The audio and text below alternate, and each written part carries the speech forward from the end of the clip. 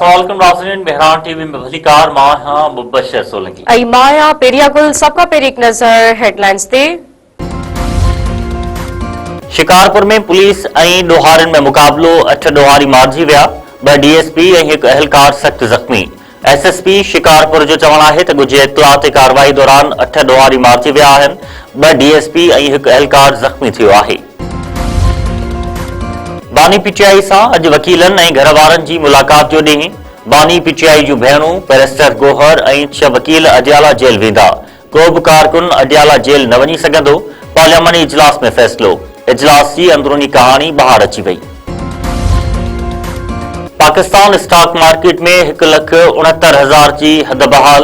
Dollar की कीमत घटिजी वई कारोबारी हफ़्ते जे ॿिए ॾींहुं स्टॉक मार्केट में वॾी तेज़ी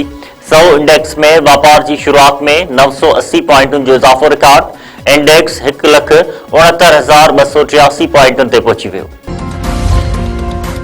सिंध में 1 महीनो गुज़रण बावजूद अक्सर शुगर मिलुनि कमद की क्रेशिंग शुरू न कई आबादगार कमद अघ मुक़रर न थियण ते सरापा एहतजाज कमद जो बीठल फसल ज़ाया थियण जो ख़दशो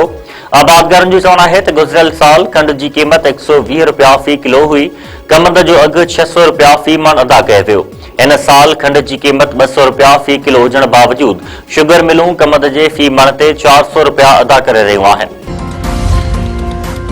शाहपुर जानिया वेझो दौलतपुर शाख मां 5 ॾींहं पुराणो लाश अथि पुलिस लाश तहवील में वठी अस्पताल मुंतकिल कयो नज़ीर मरी 5 ॾींहं अॻु गुम थी वियो हो अॼु संदसि लाश शाख मां आयो आहे।